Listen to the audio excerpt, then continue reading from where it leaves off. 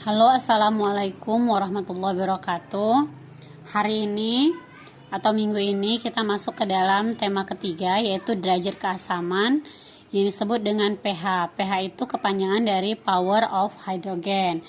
Nah, sebelum kita menentukan pH, kita harus tahu namanya konstanta air. Ya, konstanta air.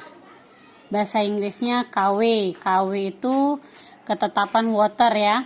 Nah, berapa konstanta air? Itu adalah 10 pangkat min 14. Nah, jadi ketika ada pH ditambahkan dengan pOH, jadi derajat asam ditambah dengan derajat basa itu sama dengan min logaritma dari KW. Nah, sehingga diperoleh pH tambah pOH itu sama dengan min logaritma 10 pangkat min 14. Nah, maka didapatlah bahwa pH tambah pOH sama dengan 14. Nah, ini dia hubungan antara pH dengan pOH. Nah, bagaimana cara menentukan pH ini? pH itu dapat ditentukan dengan rumus negatif logaritma H-.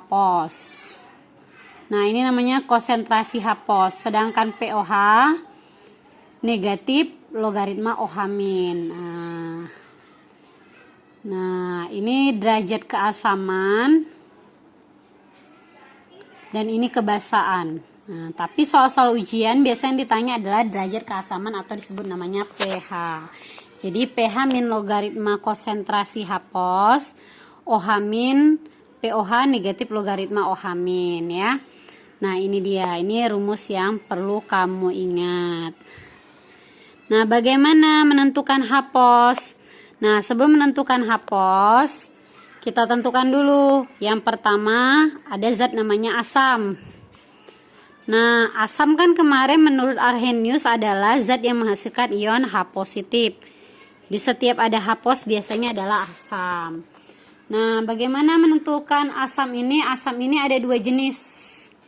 Ya, ada asam kuat dan ada asam lemah. Nah, asam kuat ini kan punya ciri-ciri terionisasi sempurna. Sempurna. Tapi kalau dia asam lemah, dia terionisasi sebagian.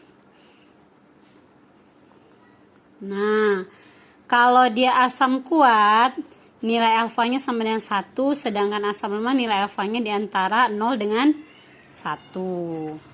Nah, apa saja yang termasuk ke dalam asam kuat? Kita singkat dengan AK ya. Nah, yang termasuk ke dalam asam kuat itu adalah ada HCl. HCl itu asam klorida. Ada HBr, asam bromida. Ada HI, asam iodida. Ada HNO3, asam nitrat. Kemudian ada H2SO4.